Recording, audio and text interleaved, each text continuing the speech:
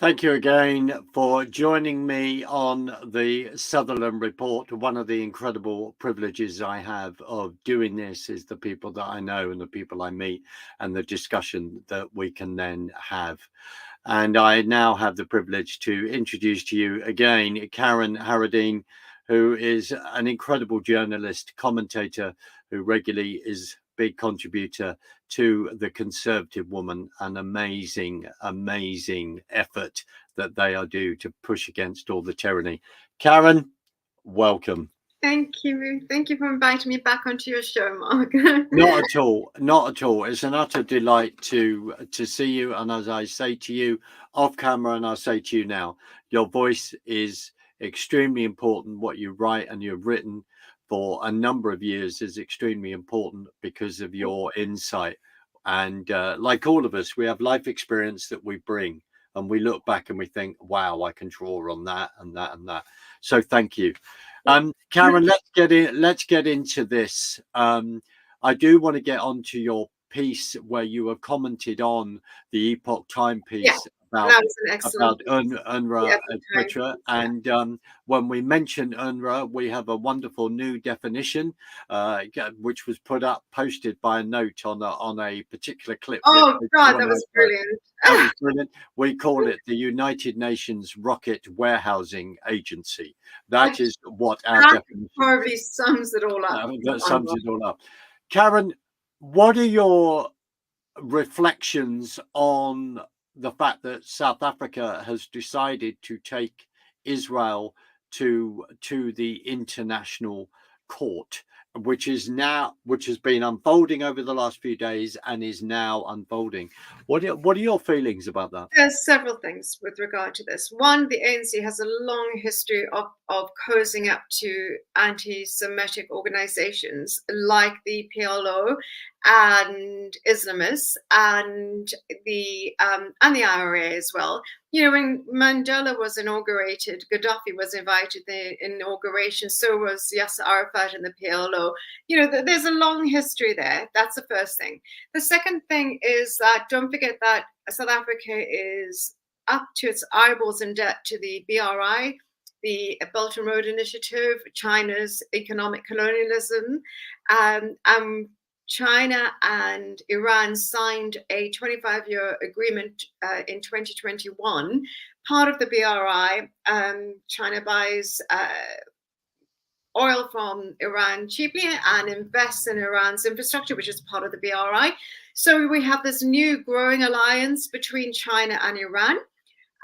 Both are very influential in what goes on in South Africa. We also have Iran has become one of the newest members of the BRICS alliance. So it's turned the BRICS alliance, instead of being a diplomatic, economic agreement between the BRICS countries, is now becoming something that becomes an anti-West mechanism and an anti-Israel mechanism for China and Iran and Russia to perpetuate. South Africa, as I've written over and over again, has beset with problems. The government there can't keep because of conspicuous consumption and corruption, they can't keep the lights on. There's problems with water shortages. Some people don't have, cities are often without access to water. Unemployment is at an all-time high. The country is a failed state. I mean, Britain shows aspects of failed state, but South Africa is a completely failed state. There is a threat from the Economic Freedom Fighter Party, I can't remember the exact name, the EFF, where they are now seen as they're a Marxist political party. Now seen as a threat to the ANC, also riddled with anti-Semitism, as all Marxist parties would be. So the ANC has done this as they're a puppet really of Iran and China. They are, and I've given the reasons why, they are trying to deflect from the failed state that they have driven South Africa into. They are also trying to garner voters' attention and votes in South Africa, because many people there are very upset with the ANC for their corruption and conspicuous consumption. And this is a way for them to see curry favor, basically, with the voters. A lot of people in South Africa are pretty much, have been brought up on anti-Semitism, anti-Israel stuff. So, and then there's also, the global movement to what I call the Nazification of the world. There are all these elements that play together. And South Africa is trying to push itself to be a big player on the world stage now. And given the Nazification of our entire world and the growing anti-Semitism, particularly amongst the Western governments as well, and the West, it's all these strands have connected, and this is why South Africa has done it. It's mainly a puppet of Iran and China now. It's brilliant. I mean, wonderfully summarized, because in many ways it's throwing back Gutierrez, whatever his name is, the guy who's head of head of the UN, who then would not criticize, so slow to criticize Hamas and what had happened to Israel, and then says, "Oh, you've got to put it in a context." Well, you wonderfully have just put what South Africa are doing in a context, and that context is not explained at all. And the other thing is that you also, because of your life experience, you have a right to actually say that, because you've experienced it. And this is the key thing, isn't it? It's people actually drilling down and understanding.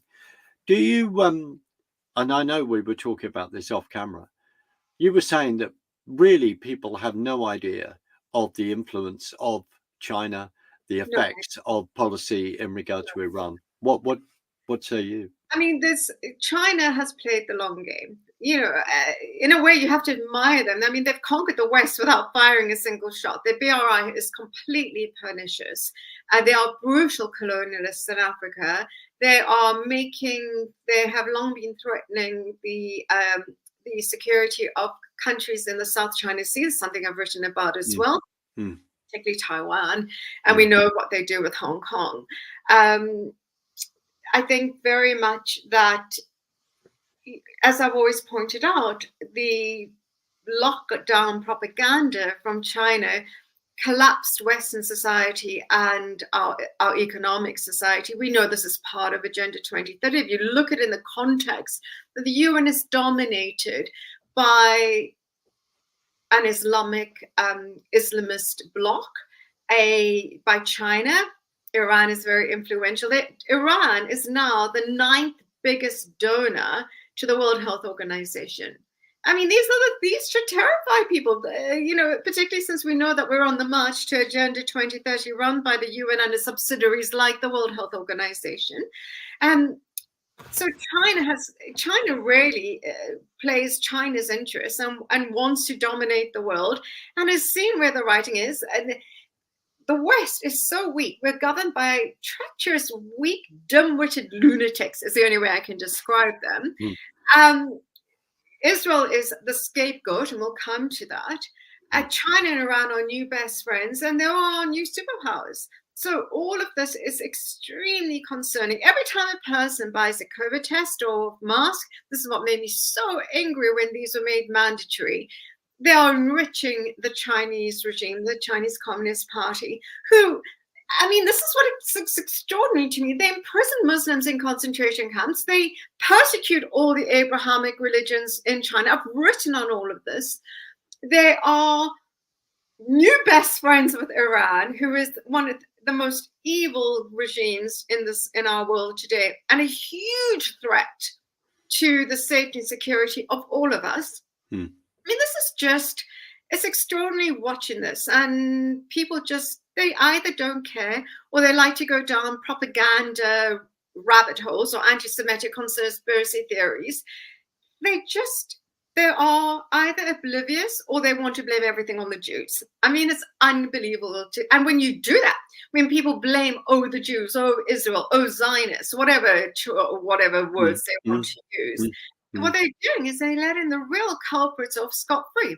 Iran, China, etc. There are terrible things happening in our world, like the persecution of Christians in Africa, which is something I've written on for a long time. People see people, you know, I've seen anti-Semites on Twitter go, oh, it's Mossad that's persecuting Christians in Africa. I'm like, do you really think Mossad has got time? Hello, this is kind of like, this is backed by Islamist groups. It's been going on for years. The evidence points to the most hideous organizations, Islamist organizations, Islamic fundamentalist groups persecuting Christians. I have written on this over and over again. All the evidence is there, and it's disregarded for the most ridiculous, nonsensical, anti-Semitic garbage I have ever read in my life. We're talking about aid here, I think this would be, let's just go in a slightly different direction here. So we've suddenly seen David Cameron come back as Foreign Secretary, which is another program, a massive program in itself. My own understanding, a man that then gave "Let's go and bomb Libya," and I think his dear love. Yeah, you know, he's called Gaza a prison camp. You know, kowtowing to anti-Semites, and he really did everything he could to jeopardize Brexit. I mean, he's appalling. Anyway, carry on. No, but this is what's really interesting. I believe when he then became prime minister, between him and then George Osborne, or before that, they're then pushing through the fact that Western countries need to give 0.7% of their GDP. Yeah, that's a foreign aid. And that's a UN dictate. That comes from the UN. I mean, it's just extraordinary that we have such treacherous. But let's explore that, because in regard to what's happening with UNRWA, which is with your press on the Epoch Times article, is that this money, we'll follow all this money goes to UNRWA, but if they are then receiving other money to fund schools separately, or fund this separately, or where, you know, a percentage of the GDP of 0.7% from a certain country, then that allows them to use that money to buy arms, etc., and to build tunnels. Right. Exactly. This is the point that I've been trying to raise with foreign aid. What foreign aid? Sorry, I interrupt you. No, not at all. Because I think the point we're trying to make is, where is the abuse of the foreign aid, and that if the UN then puts in a structure of 0.7% all those years ago, we now see the planning over many years, and now we see the outward working of that, because it means, well, if we're getting all this aid in, it means that we don't actually have to think about how we're going to spend our money, build a country properly, or build a state, or build an environment where we're actually going to put the people first that actually live there. Britain is one of the countries that has taken on that UN dictate as legislation, really, and billions has been spent in the name of foreign aid. I've documented this since 2016. It's such a ruse. It's money laundering. It is for wealthy NGOs and civil servants to go on their jollies and, you know, in exotic places and virtue signal of how great they are, you know, using British taxpayers' money to fund despots, because basically the money does not go to the people who need it. This is the whole thing with the black hole of foreign aid. Why do we keep having to give? Surely if foreign aid worked and was given to the people that needed it, then there would be no need for it. I'm very much about, you know, the Britain having a emergency fund, so to speak, to help those who are caught in like a famine or natural disaster, etc. But there's sending of billions every year, not just to the United Nations, but literally lying in the pockets of despots, because that's where foreign aid goes, as well as you know, financing Hamas, etc. You know, look, we'll come to pay for slay in a second. But what happens, as you've rightly pointed out, and I have tried to point this out in my writings, that Western foreign aid allows these despots and dictators and brutal regimes that take the money from Western taxpayers in the name of foreign aid, it allows them to not spend any money on their own people with schools or health or anything like that, or infrastructure, because the West will do it for them via foreign aid. So that allows these despots to grow wealthier and wealthier, increasing their regime grip on the countries that these poor souls unfortunately live under, as well as the fact that they are now free, like Hamas, to spend it on missiles, firing it at the Jewish state. And Hamas is coming for people in the West, make no mistake about that. And it's all, not all of it, because we know that not all of it is financed by the West and foreign aid, but a huge percentage of it has been. It is the most extraordinary thing. We have paid for our own demise. I couldn't have said it better. Can you talk about, I mean, let's talk about the fact that we've got this situation in Gaza. We've got tunnels. We've got armaments. Okay, that's where a load of this money is going. I'm not sure how many kilometers of tunnels they have built, but I think it's suddenly becoming their own subway equivalent of the subway system. There are myriad of tunnels there. Myriad. Yeah. I'm not sure whether it's how many kilometers, but we are talking about a heck of a lot of kilometers. Could we then talk about the separation of suddenly the leaders of Hamas in Qatar and how their lifestyle is funded? Well, this is the thing, Mark. People just are they're oblivious to this. It's never mentioned in the mainstream media. As I have pointed out, as you pointed out, as the Epoch Times article pointed out, and other writers on the situation have pointed out, the Hamas leadership live a luxurious billionaire lifestyle in Qatar, in Malaysia, and I'm sure in London now. Right. While their people are languishing in Gaza, are kept in the most awful circumstances there, as pawns in Hamas's game against Israel. And so people need to realize they need to question, why is the Hamas leadership worth billions? Where does that money come from? Why haven't they invested it into Gaza? Why have they turned Gaza literally into a military base where they all, the Hamas regime, because it's not a government, has not invested anything into the infrastructure in Gaza. Not anything. The fancy villas and homes you see there are those who are loyal to the Hamas regime and who work for UNRWA as well. Everyone else is, caught in terrible poverty. The unemployment there is rife. The corruption is horrific.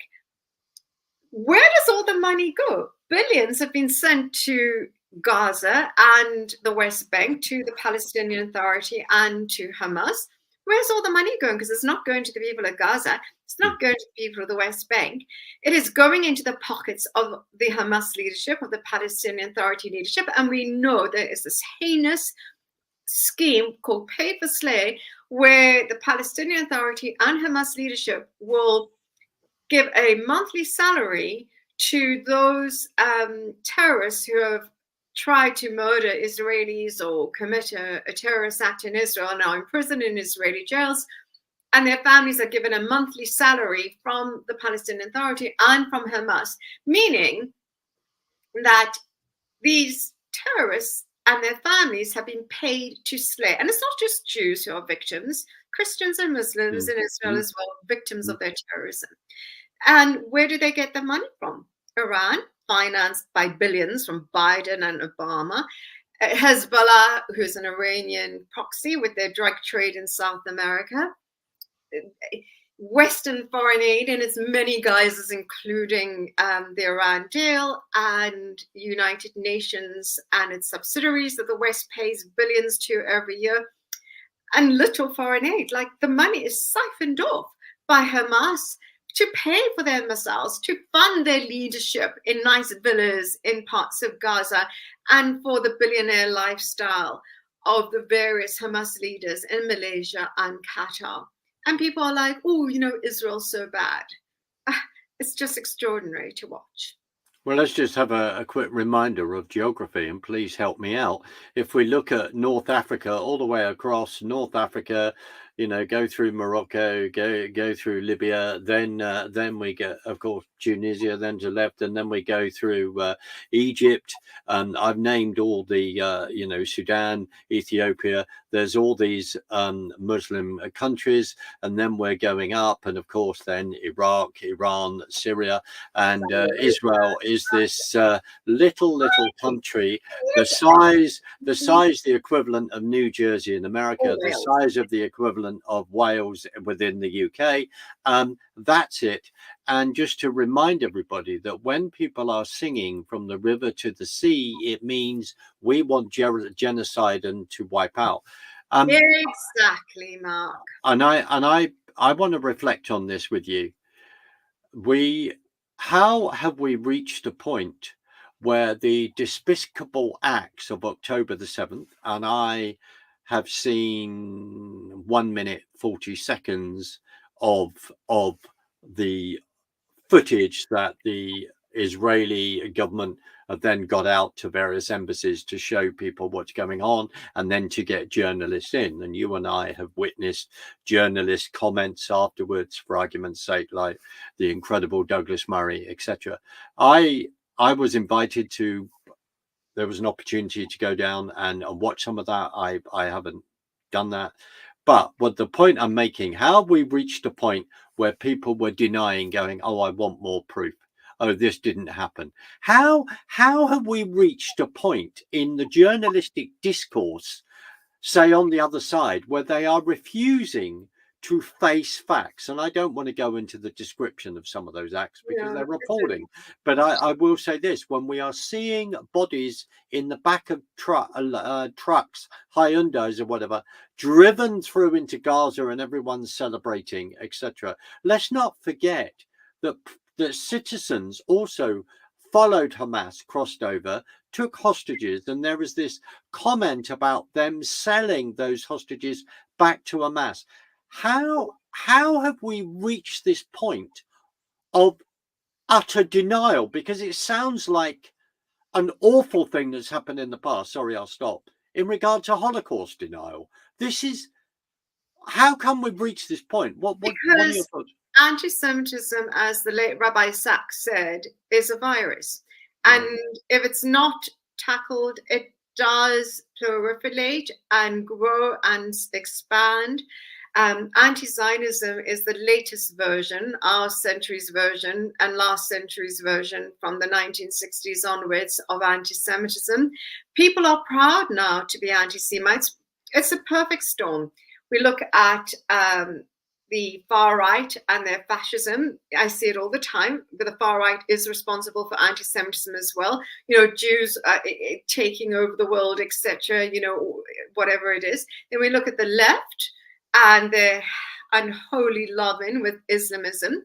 We look at who dominates our institutions, a combination in the West, a combination of the left, woke tyrants who are besotted with Islamism, etc., and the domination of the left and their unholy alliance with Islamism, dominating our schools, our universities, our mainstream media, and the alternative media now from the right and the left. They should be ashamed of themselves. We look at the growth of the UN and its powers accelerated in March 2020, particularly with Agenda 2030. We look at the increasing censorship in the West, where you're not allowed to say or do anything that goes against woke tyranny. Part of woke tyranny is anti-Semitism. As I've written before, I wrote several years ago that to charge anti-Semitism means that you are a racist. So it becomes, everybody's terrified of being called a racist or speaking out against the prevailing orthodoxy of the day, which is a horrible hybrid of fascism and socialism, and that we are experiencing at the moment. And so it's the ability for the UN has a grip on the rest of the world, as we've discussed, as well as the mainstream media and its propaganda. The mainstream media has long been anti-Israel in this country. I remember when I came here towards the end of the 1990s, I had grown up in a country that was, under apartheid South Africa, that was full of propaganda in the media. I had more freedom of speech going to university under apartheid than people have at universities now in the West. I was shocked by the mainstream media in this country with this horrendous anti-Israel bias that's been going on for decades. So it's a perfect storm. It's been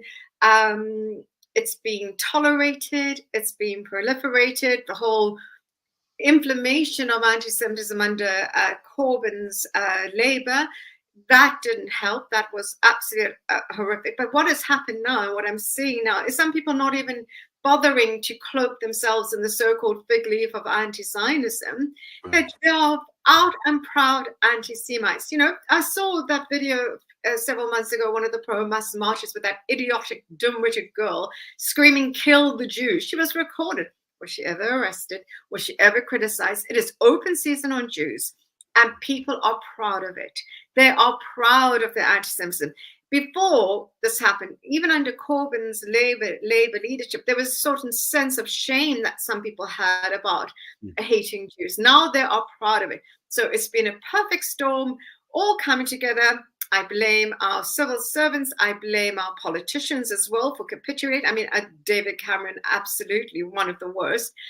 And for the kind of propaganda, you know, the more money you have, the more propaganda you can get out. And Iran is awash in money.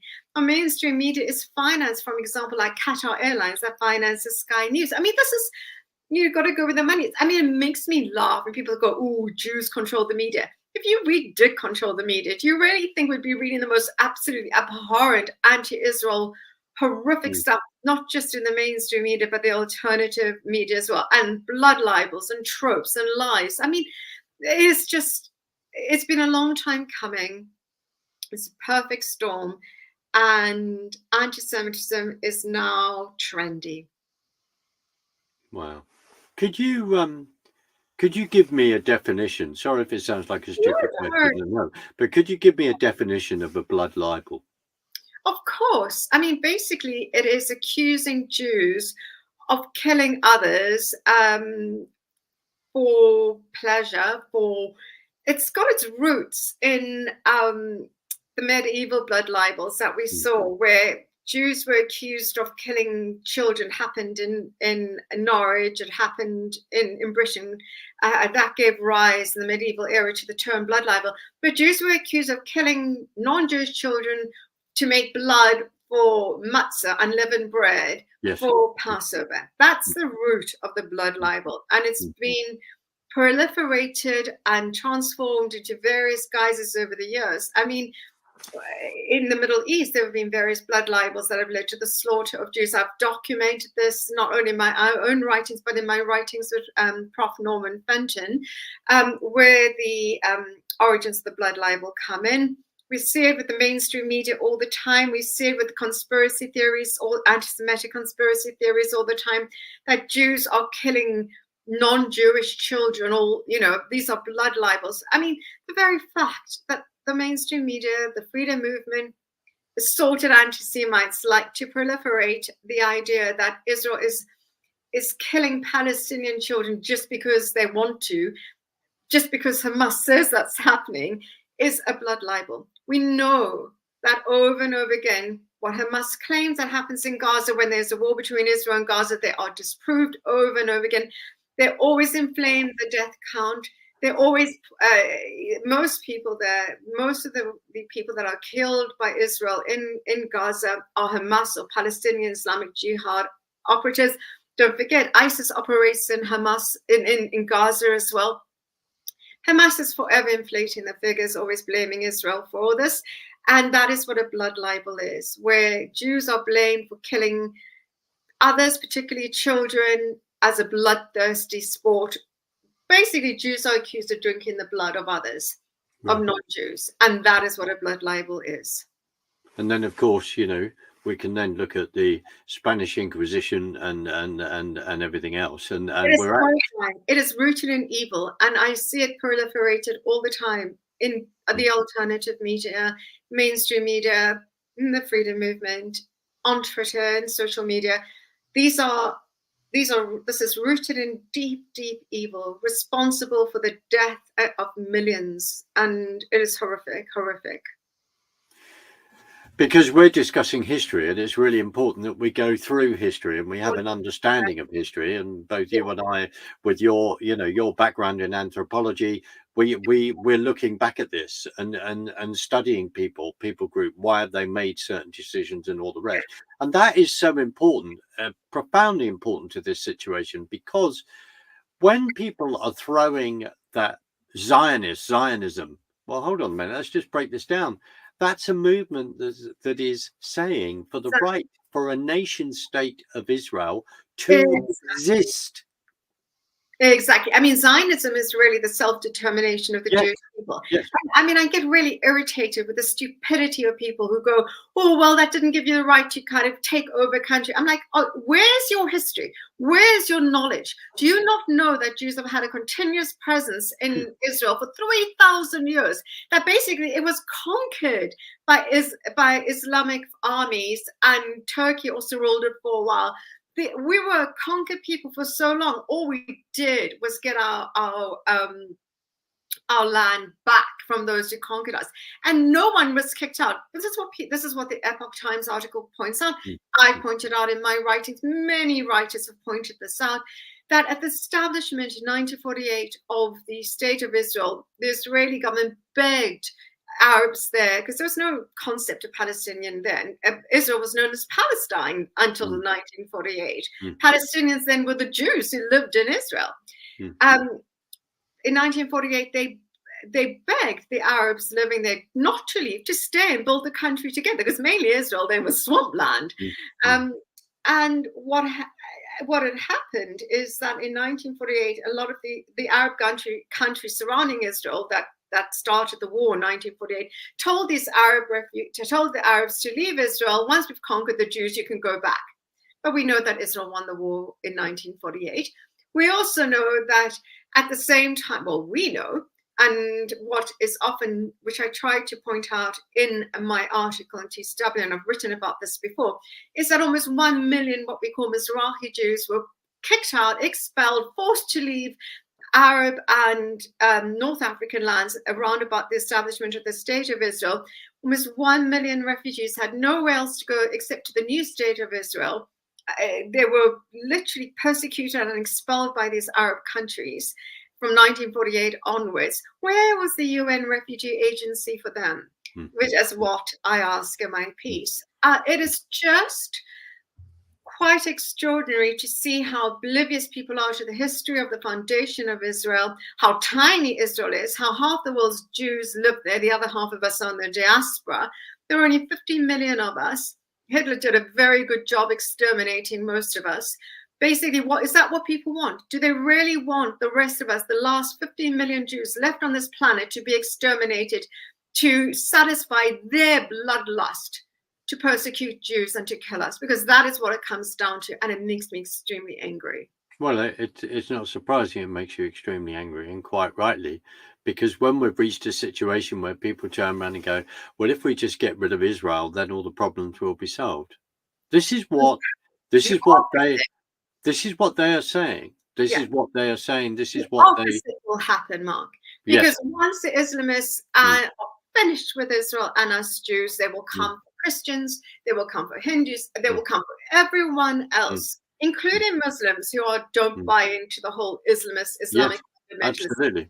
Absolutely. They will come from every single one of the others. And what starts with the Jews never ends with the Jews. And don't forget as well that Israel is in the front line against Islamic terrorism, Islamist terrorism, against Islamic fundamentalism. That it does share its intelligence with Western countries, etc. Because if Israel falls in the Middle East, basically Israel is the only democracy in the Middle East. If that should fall, then Israel would be turned into a bigger Gaza, basically, where it would just be a launch pad for Iran's war against the West. And I have no doubt that if Israel falls, the rest of us Jews in the diaspora will fall as well, God forbid, but we will be in jeopardy more than it. Because then there's no allied forces coming to save us this time, because most of what would have saved us were those who actually were loyal to their own country, loyal to the West, could see what Hitler was doing. This is the new Nazis, the Nazification of the world, the new Nazification. No one will save us. Very few will come to our rescue, as we have seen with the millions that are marching against Israel, marching in the name of Hamas and Iran and Islamist terrorism that we see every weekend. They will not save us. So when we are gone, There'll be nothing, there'll be no barrier, there'll be no buffer between the West and Islamism and Islamic fundamentalism and Iran and China's takeover of the world. There'll be no buffer. That is the one thing that Israel does for the West, is create that buffer. And then we're gone. And then the rest of the world will be even in more jeopardy and run really by the UN and its horrific forces and horrific influences like Iran and China. That is the scenario that comes should Israel fall. Karen, what is Agenda 2030? So basically, it's the most despicable thing. Basically, it is another way of war on the West, because most of us living in the West have seen the impact of sky-high energy prices, this whole green agenda, and most of our taxes on energy finances the green agenda. So finances green technology. China, which is one of the countries that pushes the green agenda, has a lot of investments in green technology, etc. So it's not surprising that it's being pushed by the UN. Agenda 2030 are the UN so-called sustainable goals. Yes. And really what it technically means, and they usually blame climate change as the reason why they need the sustainable goals. What it really means is the West is paying for its own demise. The West funds Agenda 2030. It is sending money to countries that are deemed at risk of climate change.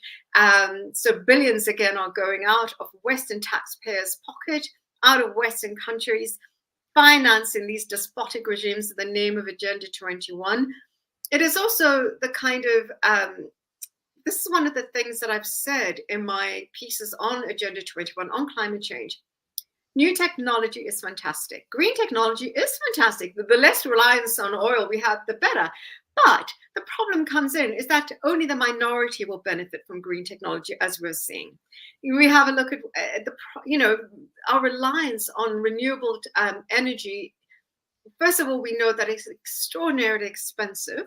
Second of all, in order to create new renewable energy technology, the government taxes us to death with regard to that. The new renewable technology is part of Agenda 2030. It is really a power grab by the UN and its despotic regimes that run it to cripple the West further in the name of climate change, to cripple it economically, to create a global world order of socialism, fascism run by the West. I mean, for example, the pandemic treaty from the World Health Organization is part of that. It's really war on the West, sucking the Western taxpayer dry, while the despotic regimes that run the UN enrich themselves, including China with their green technology investments, enrich themselves at the behest of the West, at the sacrifice of the Western taxpayer in the name of climate change. I hope that sort of sums it up. No, it's brilliant, because in many ways, again, there are so many people that are ignorant of this issue. It's a bit like the fact, and on another occasion, we need a deep dive on this one, because, and I've been trying to find certain correspondence I've had in the past with members of parliament. But when Theresa May was Prime Minister, we then signed the Global Migration Compact. Oh, another UN thing. Precisely. And then people are saying, the various people in government are saying, oh, no, it's got, it's fine, it won't affect us or whatever, we've still got control. No, I don't think we have. We only have to look at the channel. And that again needs to be revealed. You're absolutely right. As you say, this is another UN thing. You point out in your press of the Epoch Times article, which is brilliant. I've just asked people to go and look at that came out yesterday. How much money does the UK give to UNRWA? Billions every year and more. I mean, this is the whole thing. We're financing our own demise. The money that goes to UNRWA finds its way into the pockets of Hamas, finds its way into the pockets of Iran. It is all documented. I've been documenting this for years. Other writers and journalists have been doing the same thing. The evidence is there. I mean, somebody like James Cleverly, like, he is rightly saying, oh, we must not demonize Israel. But then again, he's visiting Israel saying, oh, we've got to send money to Gaza. I mean, our entire political class is really run by people who have no idea what they're doing. One moment they can say, oh, no, this is terrible what happened in Israel. And then the next moment they're busy sending money to Hamas or pay for slaves. And they can deny it for decades, but the evidence is there. How do they think the Hamas leadership got so wealthy? How do they think Hamas can afford its armaments? And it's not just Hamas, it's Hezbollah raging a war on Israel's northern border as we speak. This is, and it's another Iranian proxy, which has ruined Lebanon. You only have to look at what happens if Iran and its proxies get its hands on countries in the Middle East. Hezbollah has wrecked Lebanon. We see it. This is what would happen to Israel. It would be an absolute disaster, not only for us Jews, but also for other religions in Israel that seek sanctuary there, if it's ought to be for. But yeah, it's really the UN is the root of all evil in our world today, and and all its subsidiaries. And if people don't realize that, from what happened from March 2020 onwards, I don't know what will make them realize that. Well, unfortunately, as a dear friend of mine says constantly, they will do something when it's in their face, but that's a little bit too late. And it's too late. We're too late. We're led by treacherous, weak dimwits in the West, and it really concerns me. As time is approaching, we've still got quite a few more minutes. The pivot, the alliance between the left and Islamism. Would we say that really started where suddenly, under Yasser Arafat and having his KGB training and suddenly going 100%. Right, and suddenly going, how can I use victimology to push forward my ideology? What are your thoughts? Well, and then I'm so glad you brought that up, because few people realize this, that in the 1960s, the KGB collaborated with Yasser Arafat to create the Palestinian Liberation Organization, to create what we call Palestinianism. Yeah. It's had many devastating consequences for Jews in Israel, as that kind of creation. And basically, what the KGB was trying to do was, kick the US and its ally Israel. This was a part of the Cold War. We also know that that Hitler and the Jerusalem Mufti were very much aligned as well. There's a long history there. And what happened is that shortly after that creation of the PLO, with thanks to the Soviets and the collaboration with Yasser Arafat, who was actually Egyptian, the UN, instead of being supportive to the Jewish state as had been for a long time, it suddenly, from the influence of the Soviets and the new growing Islamist bloc in the UN, including the PLO, etc., they just suddenly passed a resolution saying Zionism is racism, which is not true. But that caught on, as we know, that if anti-Semitism is not sorted, it will grow. And basically, that anti-Semitism in the UN grew from that. These regimes that run the UN were strengthened in many ways, including foreign aid money that comes from the West, as we've discussed, which only increases anti-Semitism in the UN, as we've seen, and impoverishes the West further, making us vulnerable to really fascist socialist forces that we see these days, including that dimwit MP calling for a massacre in this country. So it's all interlinked, all historically documented, and deeply, deeply worrying where we're headed with this. I'm not very optimistic.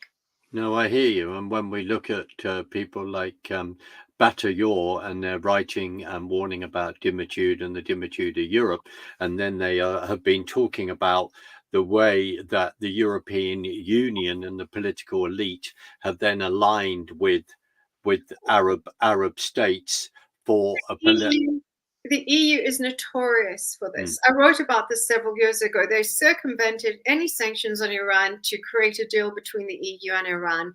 The EU is systemically anti-Semitic. I was delighted when we left the EU for many, many reasons, including that, well, we haven't really implemented Brexit properly, have we? Thanks to lunatic, deluded politicians. But nothing surprises me with the EU. It is a terrible, another supranational organization like the United Nations, unaccountable for its really destructive policies and behavior. I mean, I'm saying these things because we are trying to educate.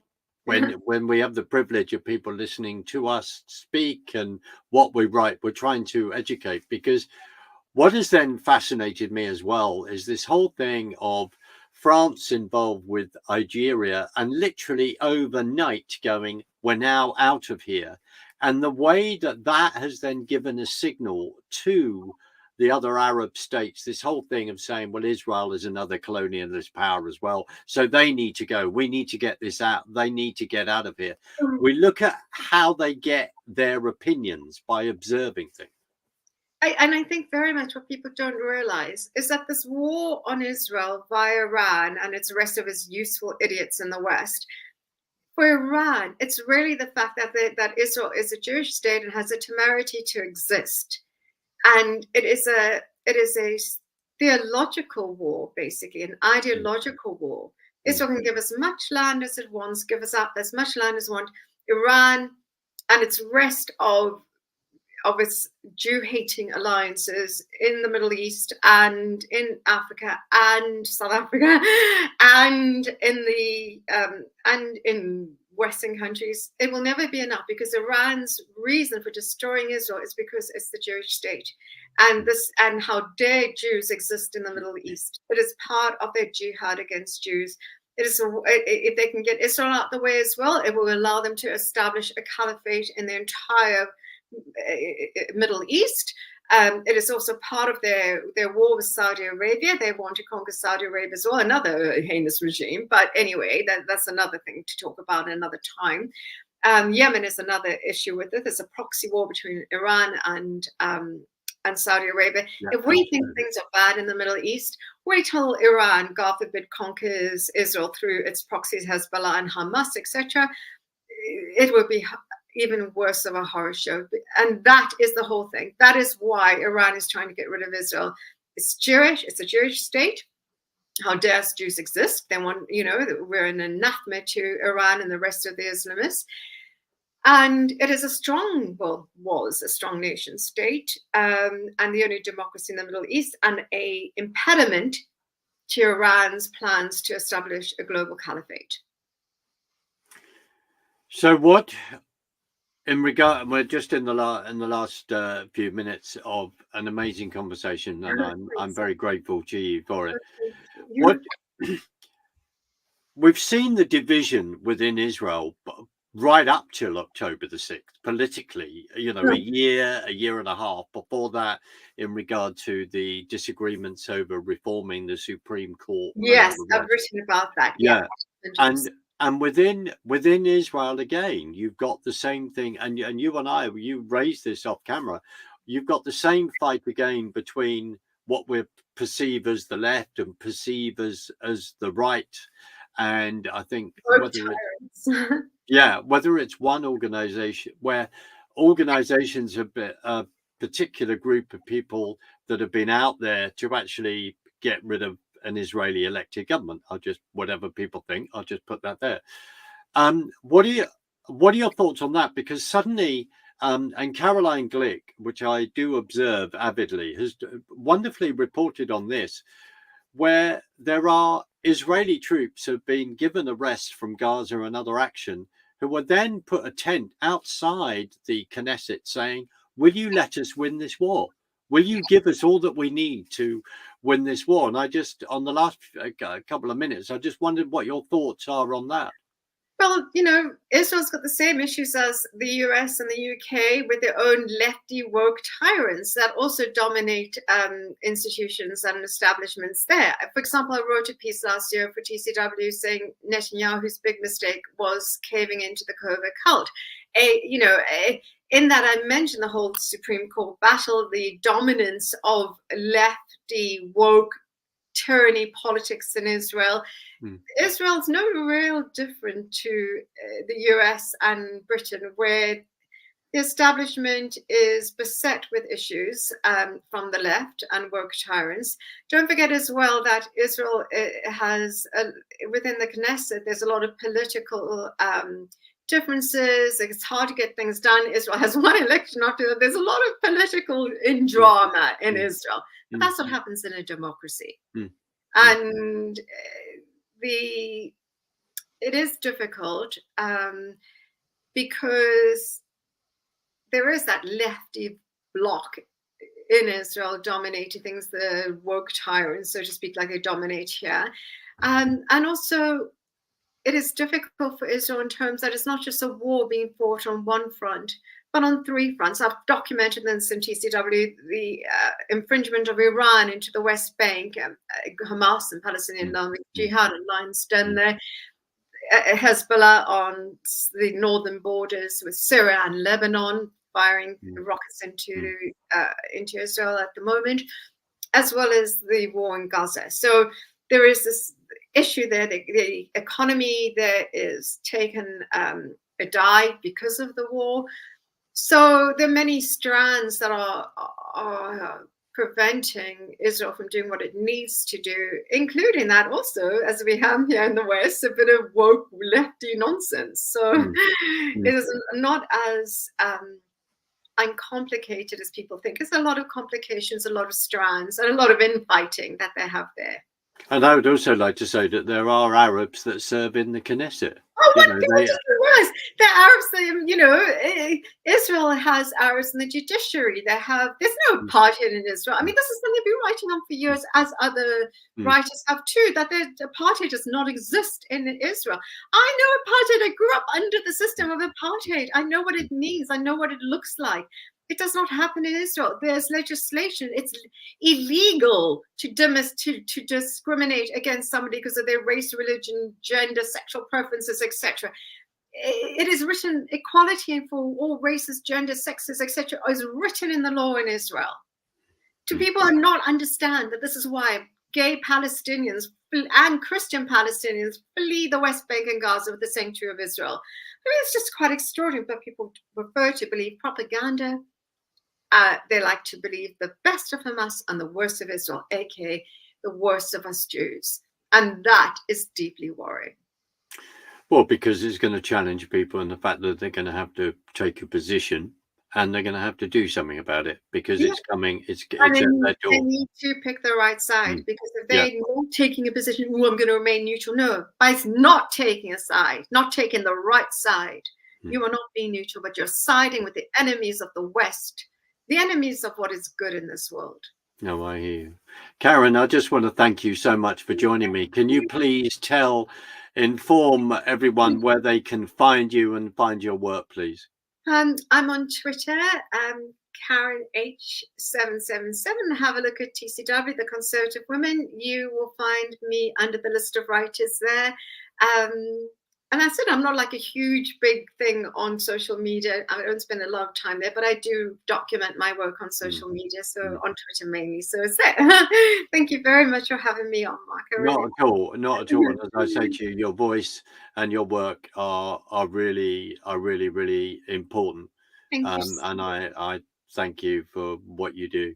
Well, I'm just going to play us out and just say thank you, Karen, again. I'm just going to play us out. Please, people, share this, click like, share it, as I'm trying to grow things and bring information and inform people and have a good debate and have a good discourse within the realms of good manners of being polite to each other, because I think it's really important. But thank you for joining me, and I'll play us out and we will be back very soon. Thank you.